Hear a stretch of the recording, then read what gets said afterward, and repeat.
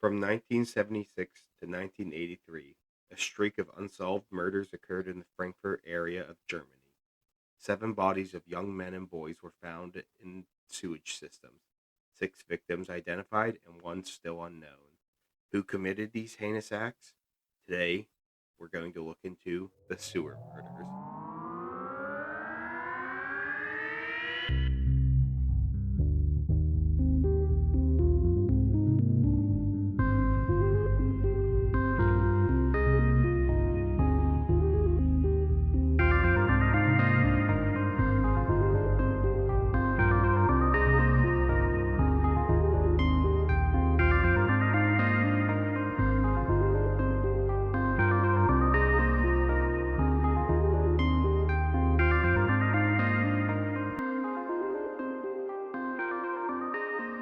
All right, everyone, welcome back to Unknown, Unsolved unseen.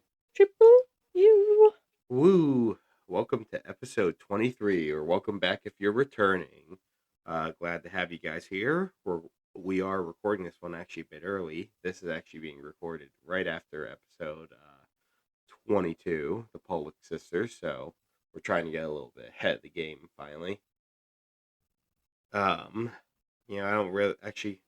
We do have one new announcement today, but I'm going to do my normal seal of we got the Carbondale UFO game and the Cryptid and Curiosity Market in Hagersville, Maryland, the Carbondale UFO game in Wilkes-Barre, Scranton area, both on April 12th. The Loveland Frog Festival is coming this weekend to Loveland, Ohio at the Oasis Convention Center, so that is this weekend. If you guys are interested in going and live in the area, I'd highly recommend getting tickets. We did share it on our story, but I would love the opportunity to go there one day. Yeah, that sounds awesome. And then we actually were just let known about another cryptid thing going on. Sage, you want to say what it is, or me? Yeah, I can say it. So, my mom knows how much we love cryptids. She also loves them. Very fortunate that we can, talk about them. But she sent me a new market that's going to be coming out at the end of April called Bigfoot and Brews Cryptid Market. It's April 26th, 2025. With a rain date of May 3rd, 2025. It's from 12 p.m. to 5 p.m. at the Animated Brewing Co. In Coatesville, Pennsylvania. So it looks like it's going to be Bigfoot, cryptids, aliens, paranormal vendors, bands, contests, food, and beer. It looks pretty interesting. Only because you said this is new, but this is actually not. Because when I went online looking Well, for it's it, new to us. new to us, yeah. They had one on November 9th last year, so I guess it was successful enough then to do another one. I'm looking forward to this. I think we're going to go take a look at that. Yeah, sounds pretty cool to me. Food is on the list of things. Nice. I'm hungry right now, so Did you eat breakfast today? I did eat breakfast. Oh, good. I had a yogurt and a bagel. So, Sage, you ready to get into some true crime today?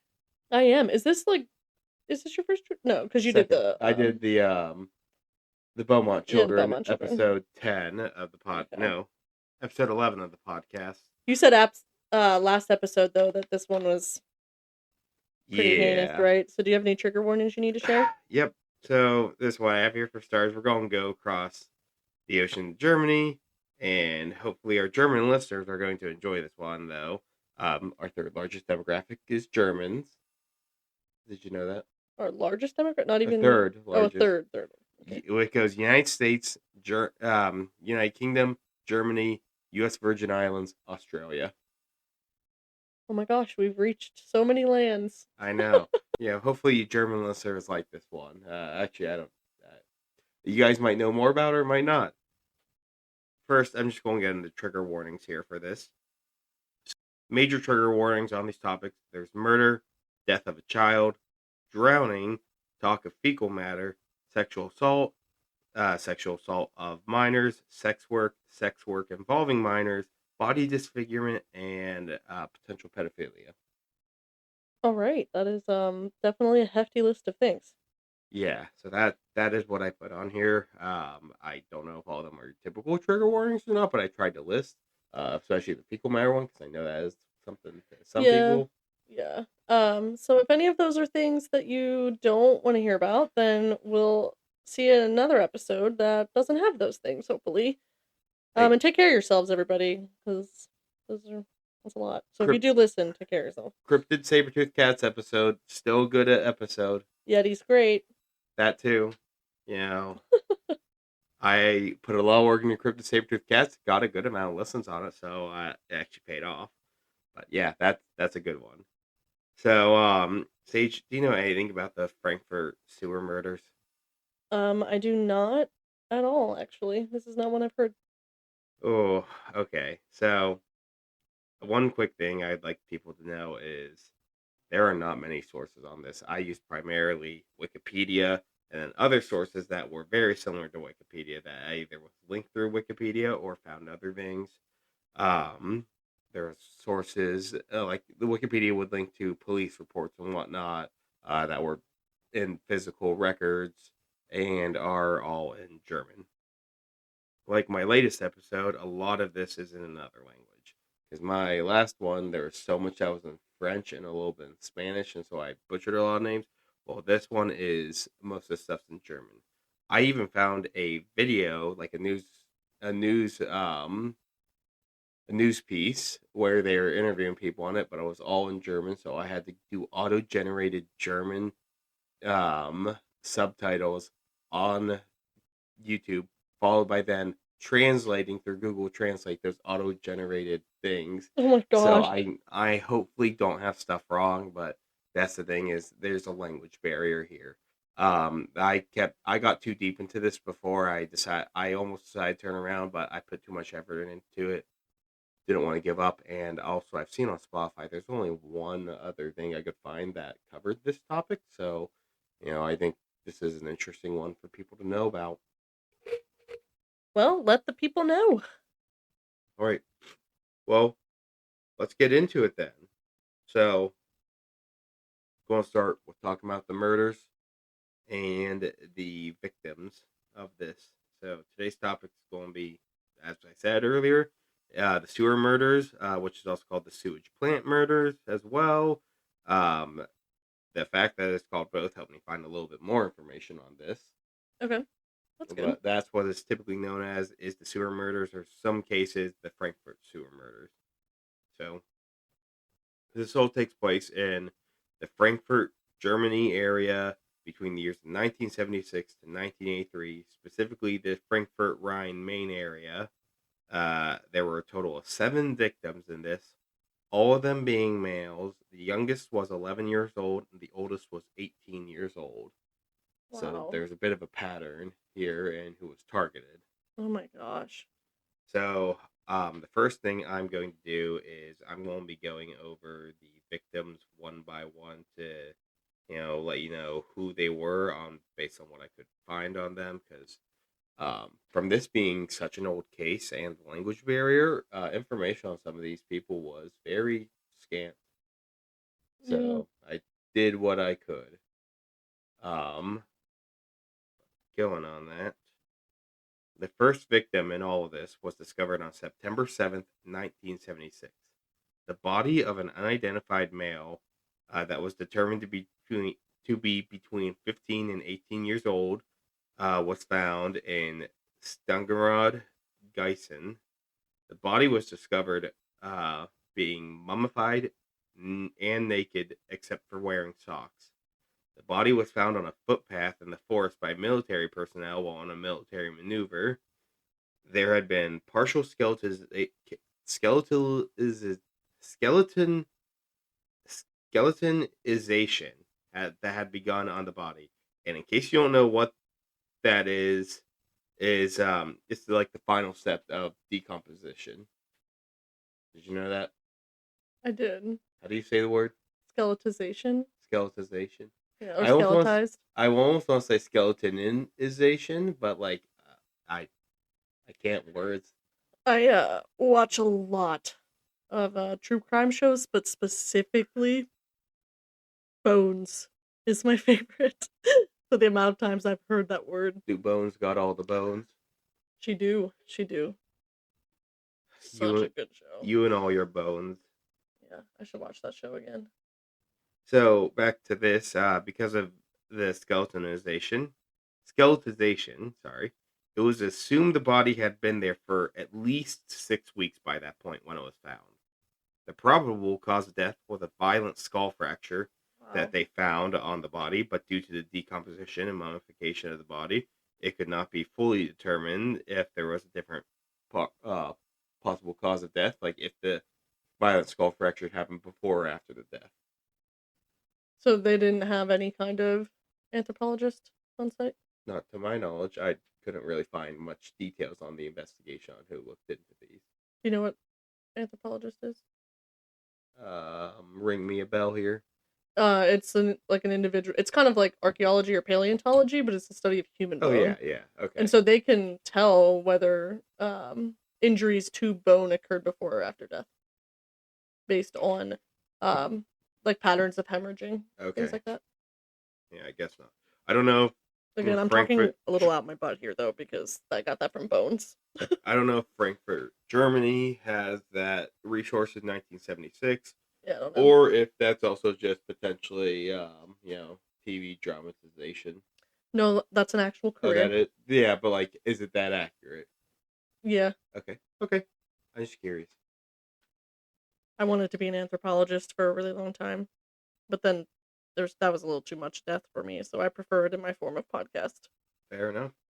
So they were never able to identify who this victim was. It was theorized that it may have been a foreigner traveling through West Germany at the time. Hence, no local person missing fitting the description or being able to match it up with anybody.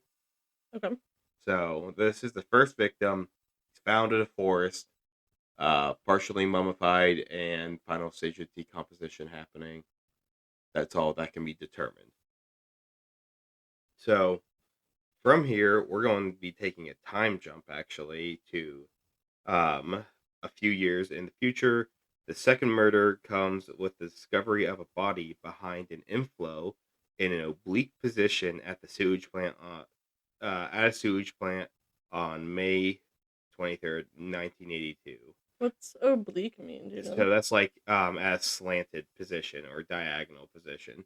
So Oh, like okay. if you're looking at like the inflow, the body is in a slanted position, causing a blockage.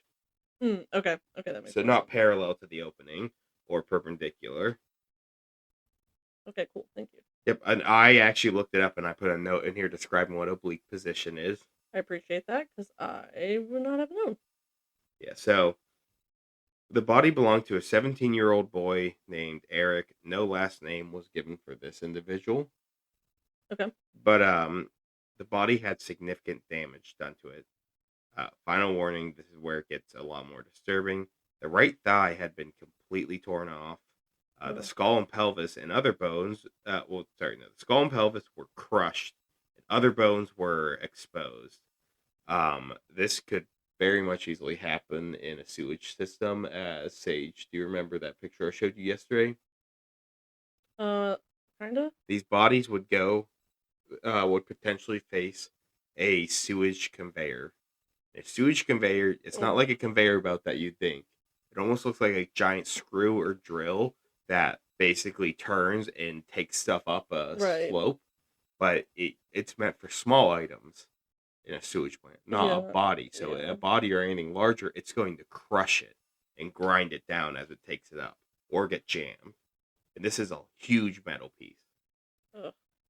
So the autopsy showed that the body was in advanced stages of decomposition with extensive adipocere growth already on the body. Adipocere. Yeah. Adipocere. You know what that is? Yeah.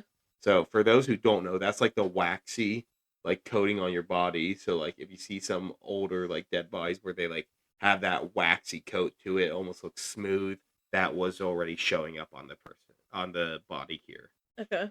The cause of death could not be determined, as it was determined the body had to have been there an estimated about at, at least 6 months. It was already in extensive stages of decomposition. As you said, how did you pronounce that word again? Adipocere? Adipocere. Adipocere growth had already occurred. His body had been heavily damaged by this point. So, like, determining cause of death was difficult to impossible. Yeah. So, they believe the death could have been drowning as the cause of death. And the body seemed that it was most likely dumped down a manhole after the person was either murdered or they're close to death and then dumped in, and they would have drowned in the sewage. Oh, oh, Yeah. that's horrible. Yeah, and that's why I put the trigger warning, because that is a really disturbing way to go. I would not wish that upon anyone. And so, like, this body was too decomposed to, like, it didn't have any of its internal organs or anything like that? I don't think so. 6 months in a sewage Oh, plant, then yeah, definitely not. and also partially crushed. Right, okay. I So was gonna like, say, because, like, you have a thigh torn. if it was earlier than that, like, and you had the organ evidence still, like, you could tell whether or not someone has drowned based on if there's particles in their lungs or in their nose or Yeah. any Well, nasal passage. there are multiple victims in this that's believed that they are to have drowned, but it's not confirmed because none of these bodies are. Only I think one body is found fairly fast. The Mm. rest take time, and you're saying drowning can definitely be determined, but we're talking like typically a body is not in a sewage plant. No, and I can only imagine, How big? like, how hard it would be to determine stuff, based on, like, a sewage plant. Like, the things that are in there that are going to destroy evidence Yep. so quickly is insane. Yeah, and I talk about that a bit later, but like this, y- you know, this is either somebody who knew what they were doing when they were disposing of it, or just found a convenient way because Yeah. I opening mean, a manhole cover and just dropping somebody in and then closing it is, I that don't either you're smart or you're desperate. I'm so glad you said something because I didn't wanna, like, give credit to this person, but it's like that if you're gonna dispose of a body in a way that it's not gonna figure out who you are, hence the fact that you're on unknown, unsolved, unseen, like, that's the way to do it. Yeah, but I'll get into more of that as we go on. So that is the first victim. Oh, that's the first victim found in the sewage. So Okay. our very first victim of the seven was found in 1976, found in a forest bath. Now we're in 1982 when bodies start appearing in the sewage system. Okay. So the next body for our third victim comes in the same year as 1982. So the body of 17 to 18-year-old burned Michelle.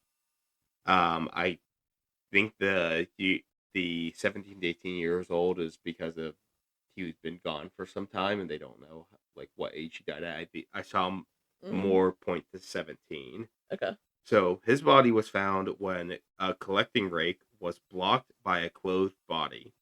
The corpse was nearly unrecognizable except for the clear overbite on the that the corpse had. It was determined that he was most likely alive when he was thrown in and drowned in the sewer. It was Mhm. also it was also determined that he was a known prostitute in the area. Um, I'm going to be honest, once again, an awful way to go. So this one's more likely to have been drowned in the sewage.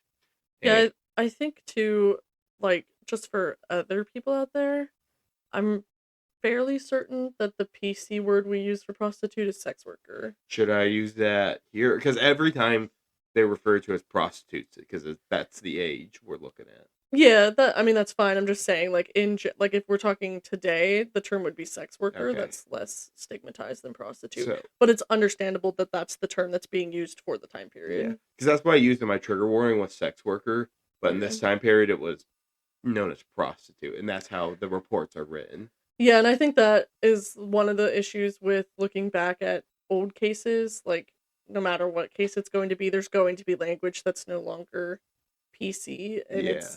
it's appropriate for that time period. So, like, you want to stick to the information that So they give you, but it's not appropriate for today's time period. yeah, so I am going to still use the word prostitute in this Okay. case because that was what was used in the time period.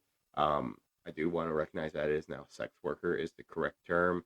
That's what I'll use in the trigger warning and in other terms. But in this case, I will be sticking with the time accurate, which is also going to come up because the prostitution that occurred here was gay prostitution. Okay. So a lot of you're going to see a recurring theme in these victims is gay prostitution of young men, or well, minors. Adolescents is the proper term, Okay. ranging from 14 to 18 years old. Ugh. So yeah, this is a messed up case. And no matter what, that's a crime. Like, and that's what's really upsetting about um this kind of thing is like in the field that I work in, I have to ask people if they've picked up child or adolescent prostitutes or the child or adolescent sex workers. And like it's so sad that that is even something that Mhm. happens in this world, but some people sometimes you're desperate. And from what I found in this, Frankfurt at the time did have a community of adolescent male prostitutes, Okay. specifically adolescent gay male prostitutes. Did like they come together at all like and report that people were missing? Like is that how I people don't know because well, some of these people were reported missing, um, and tracking them is very difficult because one of them, well, I'll get into it, was seen and reported missing. The time between is last seen and reported missing time period is 4 months. Oh wow. Okay. But a lot of these victims, all besides the very first one in the forest, from what I saw in the news piece that I watched, a lot of them knew each other. Oh. Oh, that's so hard. Yeah, and I go into that on reasoning and motives and why this may have been unsolved. Okay. So that is our third victim in this. The fourth victim comes to us in the next year. So this is July 2nd of 1983. The body of 17-year-old Marcus Hildebrandt was found in the sump pump of the Drake Buschlag sewage plant. I think I Okay. I think I pronounced that right.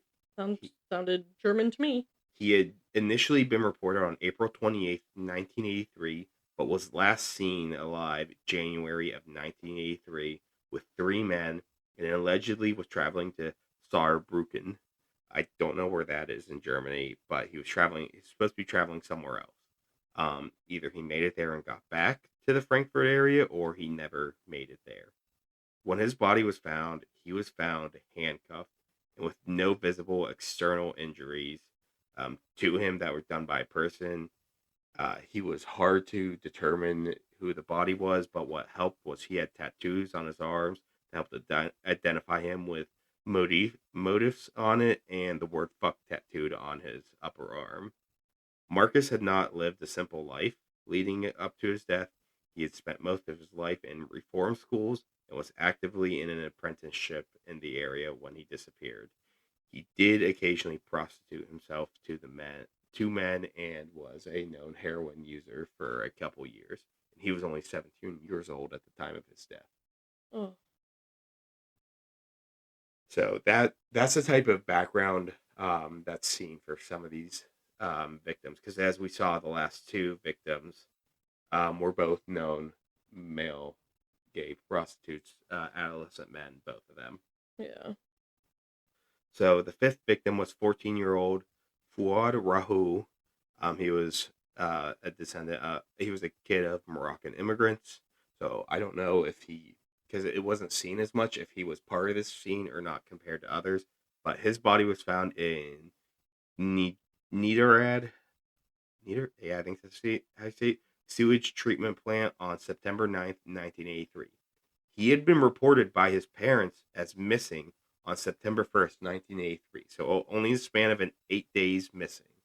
So that's the shortest period, I think, for any of these victims for missing. Oh wow. I don't, I didn't see anything if he was part of the same community that the others were part of. I think it was alluded to in the news piece, but I couldn't really tell because I was reading through translation auto-generated captions. Mhm. Nothing in the other sources indicated that he was part of these other groups. So when he was found, it was first assumed that he'd either drowned or inhaled marsh gases, which is like sewer gases, swamp gases, marsh gases, all same thing, which is like the methane produced from all of this, Okay. which it was toxic if you inhale a lot of it. Oh, I can't even imagine how toxic that is. Yeah, so that can cause death. So that was originally assumed as the cause of death, but it was later determined that this was actually a murder. I couldn't find the details on why they changed the cause of death from accidental drowning or inhaled marsh gases to murder being the cause of death. Okay. So this is the fifth victim, but fourth one who was found um, in a sewage plant. So we're starting to see a pattern because he's 14 years old, and then we had a 17-year-old, a 17-year-old, and a 17-year-old so far. So Okay. all adolescent men or adolescent males. Sorry if I accidentally use the word men in this, I understand what you mean. because they're younger. I don't want to use the term like for 18-year-olds as boys, but 14-year-old I'd use as boys, but like they're all within a very similar age group. Yeah, I understand what you mean. So now where you move on to the sixth victim. This was 11-year-old Oliver Tupikas. Tupikas? I think I said that right. He was the youngest of the seven victims. His body was found on October 11th, 1983, in the same Niedered sewage treatment plant as Fuad's body had been found a month prior. Oliver had actually run away from home and had not been seen since the date. Since then, the date of him running away from home was not given. Um, from the investigation done, it was believed that he was murdered when then the body was dumped down a manhole. There were traces of leg cuffs on him, but no physical cuffs. So the second person who we found was cuffed at the time of their death, most likely. Wow. So he is he was so second victim to be cuffed, second victim in one area. However, he is the youngest, being 11 years old. He is not to believe be part of the adolescent male gay prostitutes community. Well, I can't really say much else besides that about him. Okay. So we're going to look at now the seventh and final victim, which is our final victim was Daniel Schwab, 14 years old. His remains were discovered between June 21st, 1989 and July 14th, 1989. He was first reported missing on January 25th, 1983. Wow, So, 6 years. yep, about 6.5 years. So on June 21st, employees were cleaning the sewer system and found something backing up water in the side canal. The police were contacted because a child's shoe was found. They exposed the seepage shaft, and 4.4 meters in, they found bones and pieces of clothing on July 14th, 1989. Based on what they found, they assumed the remains were that of Daniel Schwab, and what they could determine, he was most likely pushed into the canal at some point, whether it was before or after he was murdered, unknown. How did they assume it was him? I guess based on what pieces of clothing and shoe were found. Oh, like it connected to a I believe report. so. Yeah, nothing else that I could see showed that, but he was officially reported missing on January 25th, 1983. So they probably had something to go off of. Okay, that makes This is sense. one of those things where there's not much information found, and the other thing is, so the body's found in a similar setting as the others. Um, he was known as being someone active in as this is how it's put, in the prostitution scene in the area, and was known to sometimes prostitute himself. So he is within the group of the other boys and adolescents that were found. He was but a body was found in a similar area. His body had been unaccounted for. He disappeared at the same time. So I think, but also based on context clues, they are also able to point to it being him as the body being found there. Okay. So that was the seventh victim. That's the, I believe, third one where being part of the underage gay prostitution community was mentioned. So let me just see. Yeah. Third one where it was directly mentioned out of the 7. The Okay. first one not being part of it, and the youngest boy also not being part of it. So that automatically excludes 2 of the 7. You're left with 5 left. 3 of them directly mentioned, and then 2 more who I think it's alluded to but not directly mentioned. All right. So that is all 7 of the victims. 6 found in the That is a lot of victims. 6 found in the sewage system, 1 not. What do they? Why do they connect the one from the woods? I don't know exactly. I couldn't really find one. Do you think it had to do with like age and like whether I they think were age and who, and who they were associated with? well, no, they could never identify the first guy. Oh, that's right. Oh, that's right. I That's right. think because of the age and location. Hmm. Because Geissen is where he's found, which isn't too far off from Frankfurt from what I saw on a map. So it's believed that whoever did this, first killed there and then moved to the Frankfurt area about 1979, and then started his killings in Frankfurt area. Wow. Okay. One thing I found, which could be wrong, but it seems because this is what I talked about earlier. Besides the first victim and the youngest, I think there's a belief that all the other 5 did know each other. Okay. This was from the news piece done for German TV, and as I said again, I had to read auto-generated captions that were then translated, so I hope I got the information right. But all but the youngest and the first one knew each other. Okay. So that's 5 that know each other. Yeah. And 3 of those 5 are in the adolescent gay prostitution community. Is it safe, like, to assume that the other 2 would be 2, or that they were just Possibly. friends? I think possibly, but I can't tell for certain. Okay. So now we're going to move on to the killer and potential motive and the investigation as well. So we're going to look into how the killer committed these murders. So the modus operandi, which is the method of the act, Mm-hmm. method that these acts were committed. Yeah. I had to look up what that word meant, It's but modus operandi. modus operandi. Okay. That is how the crime shows pronounce it. So, I can't say that's correct, but that's how I know it as. Or MO. Yeah. Oh yeah. You know what? I never put those together. So the first killing, which the body was found at the footpath in the woods, was most likely committed there at the spot, and minimal effort was made to hide the body. The killer would wait a few years before resuming, and by then came upon their method. Whether it was by chance or by planning, we don't know. The killer would um, the killer would use manholes to quickly dispose of the bodies. From what was found, both dead and dying victims would be disposed of this way. The killer most likely had some confidence that the sewer system would finish off any of them that weren't killed initially by him. Sorry, the Ugh. killer. I use him because everything pointed to a man being the killer in this. So Yeah, as long as that doesn't bother anyone, I'm going to refer to it as the killer as him at times. that's good with me.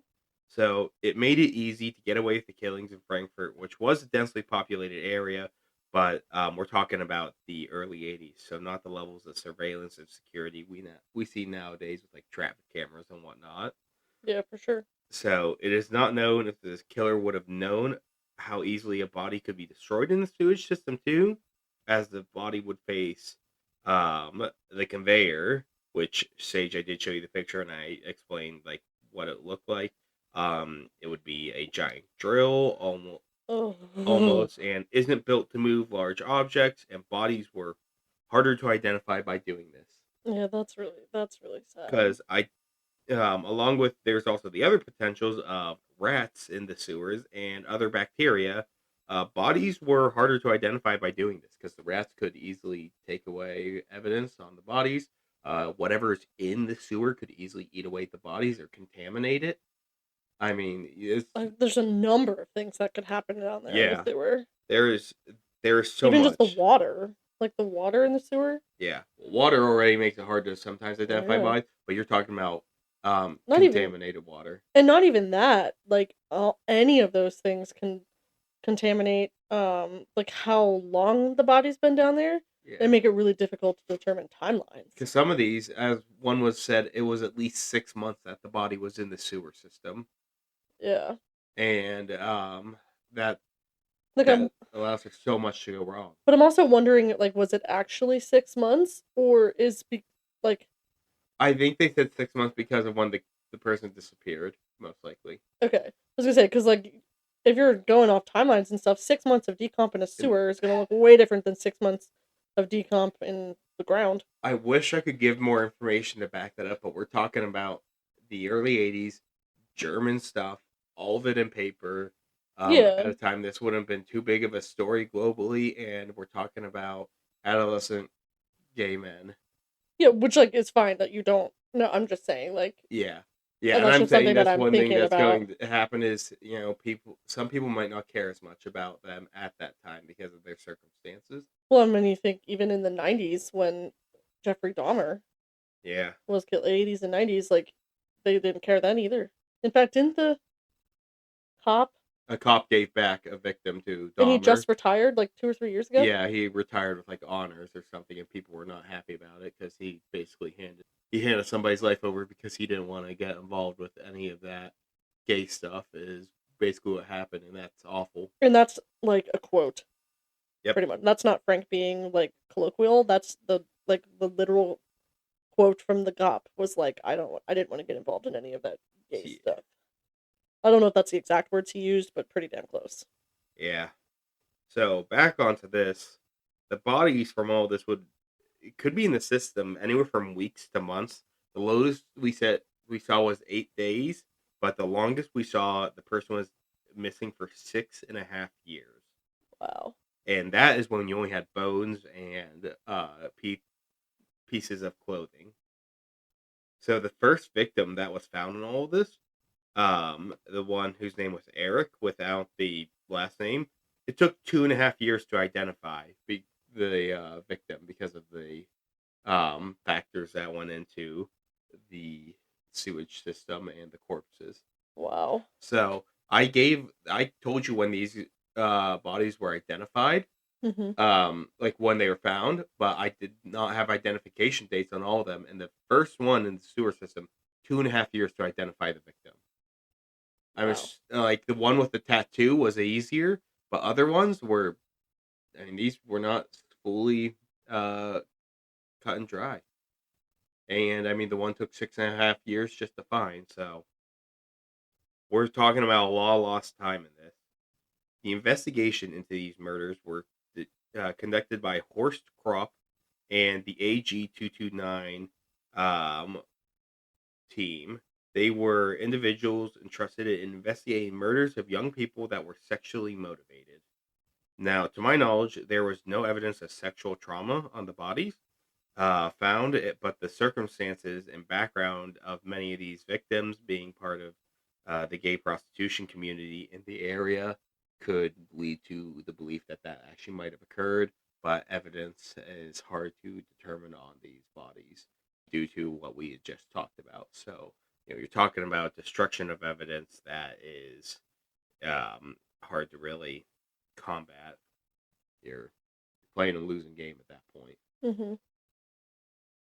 So I did see in that interview news piece, Horst Kropp was part of it, and he is still haunted by this case and all the stuff he saw in it as late as 2015. Wow. And I truly feel bad for what he had to witness from the victims and what he had to look into because this is truly deprived stuff. Yeah, and I think it's hard to like it's deprived in any case, but thinking about the fact that this is kids, Yeah. with like the youngest being 11, like Yep. that's so I can't even especially if he was like a parent Yeah. and like because you know how that is, like you Yep. I mean, we don't know how that is because we're not investigators, but I'm thinking like if I was an investigator and I had kids and I saw crime happening to someone who was the same gender, same age, same whatever as one of my kids, that would be so difficult. And I don't know if the investigation is still ongoing for this, but I think it's still open because They don't know who did it, but If any of our Frankfurt listeners, or if there's anyone in Frankfurt, and you have any information, or you know of anyone who would have any information, um, contact. I'm assuming the local authorities. our German listeners are from Lower Saxony, Hamburg, and Bavaria. Never mind. I don't know how close Frankfurt is that because I really don't know Germany, and I didn't go too much into that. That's So, fine. so back to this. From the investigation, they at one point had a prime suspect who was a 40-year-old storeman from Offenbach. He had a history of convictions for sexual misconduct and molestation against minors. He would target gay teens and specifically target homosexual teens by enticing them to his summer house in Reiderwald. He would do sadistic sex games with them and would be brutal in these acts, but he got away with them due to bribing of the victims. Wow. Of these things, there was none that were found that he murdered any of them, but still did truly horrific things to them. The suspect did have connections with the fourth victim we talked about earlier, Marcus Hildebrandt. They would both go to the same gay bars. The suspect also knew two of the other victims, but it didn't say who. So he had a direct connection with Marcus and did connect and knew two of the other victims. So that's 3 out of the 7 and 3 out of the 6 that we can know know who they are. There were, however, no matches on blood found in the suspect's summer home to the victims found in the sewers. When police searched the house, they did find a gas pistol, several knives, including one being a butcher knife, and handcuffs. Due to lack of evidence, though, the suspect was never charged on anything regarding the murders. Wow. So that is the only prime suspect they had in all this, but they didn't have enough evidence to get him on anything or fully connect him on the murders. So, lastly, I'm going to go over the potential motive of this. So, Sage, this is where you can butt in a lot and correct me when I'm wrong. Okay.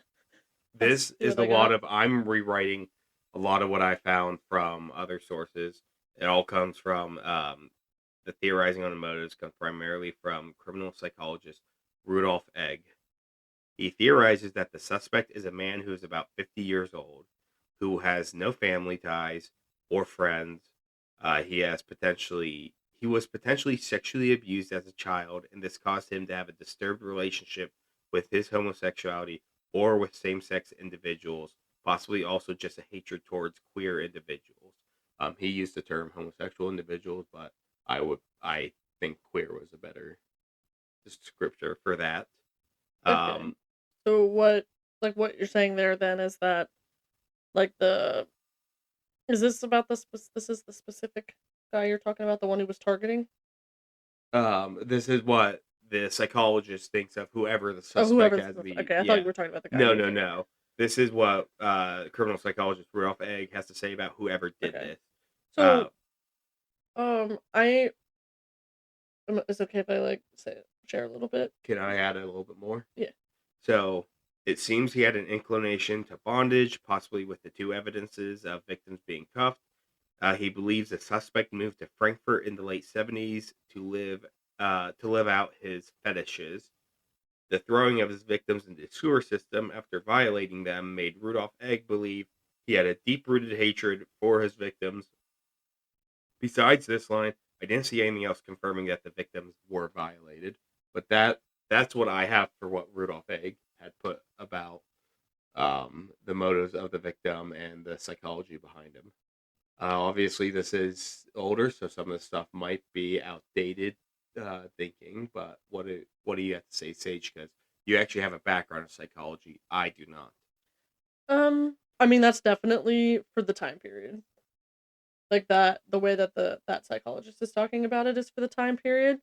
I want to make it pretty clear. Like for starters, I work in the mental health field, but I work specifically with sex offenders. So I'm a forensic therapist. Not a psychologist, unfortunately. I don't have a PhD.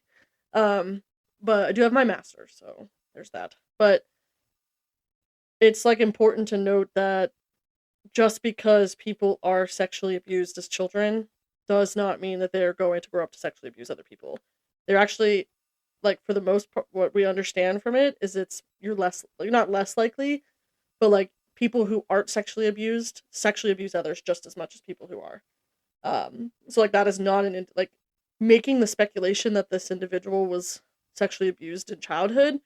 Like, yes, that could be the case, but you don't want to rely on that as part of your profile because one, you're probably not going to find out if they are. Two, it doesn't make them any more more or less likely to sexually abuse other people. I also think that there is some credence behind, like, believe if it is a he and he was sexually assaulted by another man, that can bring like a lot of hatred towards people that are in that community, like in the gay community or individuals that have, I guess you'd say, male on male, um, like sexual relations. That could There's definitely some interesting psychology behind that and like the just the inner workings of internalized homophobia against yourself, because especially if you grow up in like a religious community or something and homophobia is really looked down on and then you're assaulted by a man and you are yourself are a boy, like that can bring a lot of internalized shame and guilt towards yourself. Along with that, just regular sexual abuse is going to also bring shame and guilt to you. um so like that's just like my little tidbit on that. As for the handcuffs indicating an interest in like BDSM or any type of bondage, maybe, but also remember that he's kidnapping these kids Yeah. and taking them. It's very likely that, like, to me, how old were the ones that had the handcuffs? One was 17 and one was 14. Were they like to me? I see a kid who Actually, no. Of the 11-year-old had the cuffs, okay, so and that the kind of 17-year-old. so that takes a little bit away from my theory. But I'm thinking like if they fought back, the harder they fought back, the more likely he would have been to need to subdue them. Yeah. So those are the ones that definitely had evidence of cuffs. I'm I sure mean, the one physically were there, but the others could have. And just, we're talking yeah. about evidence being destroyed again easily. Yeah, so like maybe it could have just been his way of restraining them. Yeah. It doesn't need to be in relation to a fetish, because I think that that puts a really bad stigmatization on individuals that are involved in fetish communities.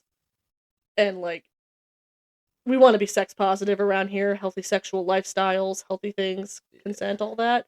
So stigmatizing and discriminating against people that are consenting to one another, like just because it's outside the realm of vanilla, I guess, like I don't think is the way to go about it. Certainly for that time period, that's exactly how they would have thought of it though. We're just in a different world today in 2025 than we were in the 70s.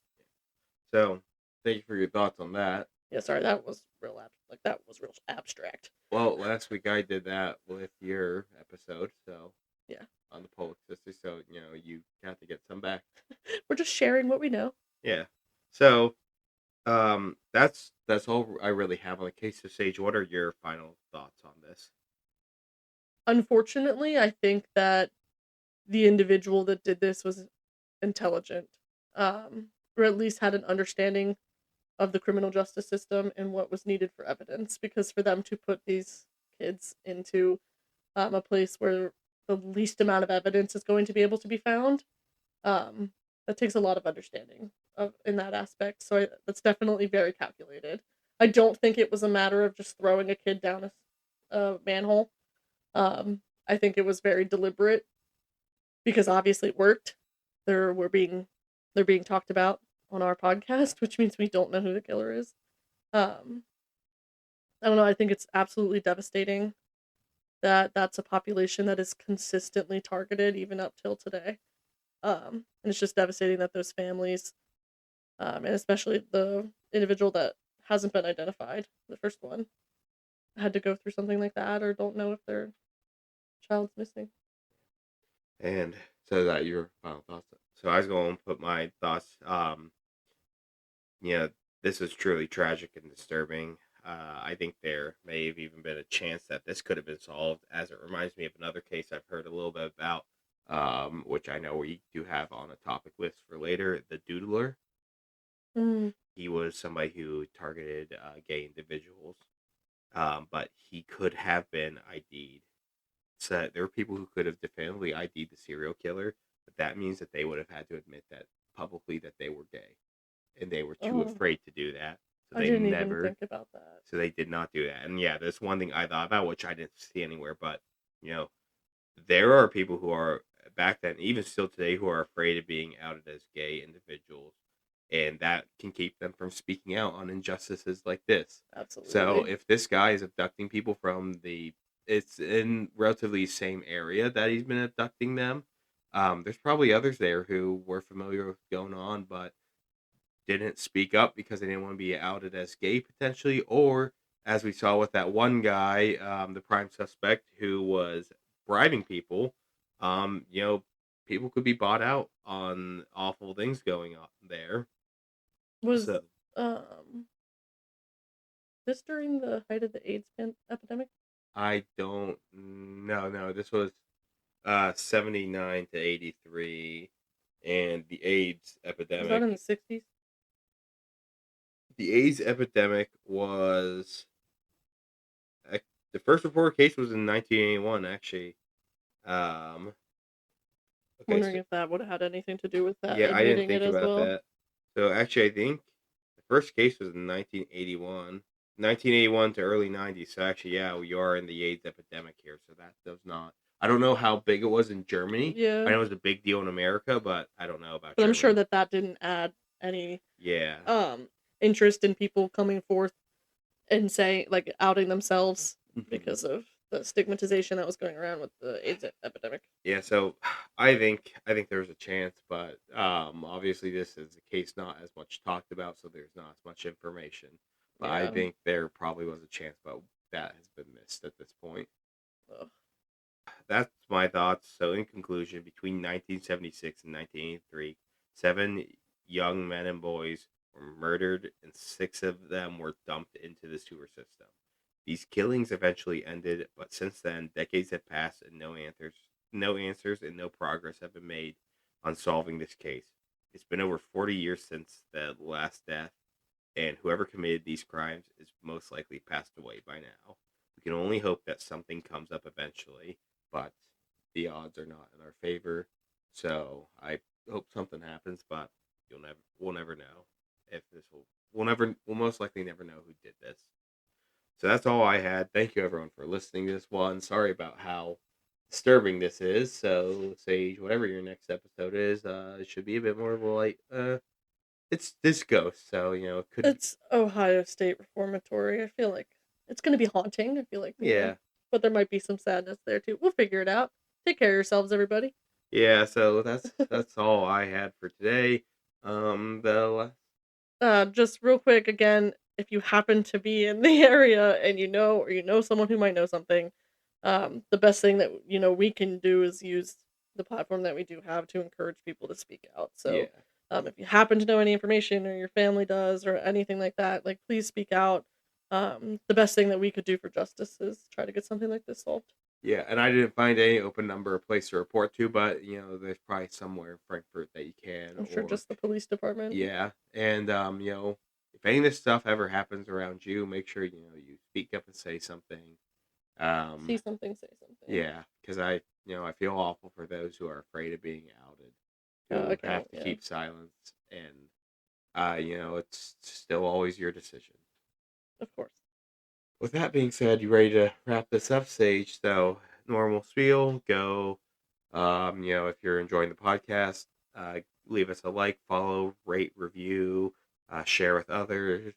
Um, every little listen, every rate, every review matters and counts. Actually, especially on Spotify, the rates very much matter, because I think once we hit about like 20, we start getting suggested on other podcasts, and we're at 16 right now. So Good to know. thank you to 16 people who have left us rates on this. I Um, didn't know we had them. So yep, we're at 16 now, and I appreciate every single one of you. And then go follow us on Instagram, like, comment on our posts, share it. Every little bit matters. With that being said, I think that's it. So Sage, you ready for a send off? yep, Remember to look for. the unknown Unsolved. and the unseen. Thanks for See you listening. guys. Take care of yourselves.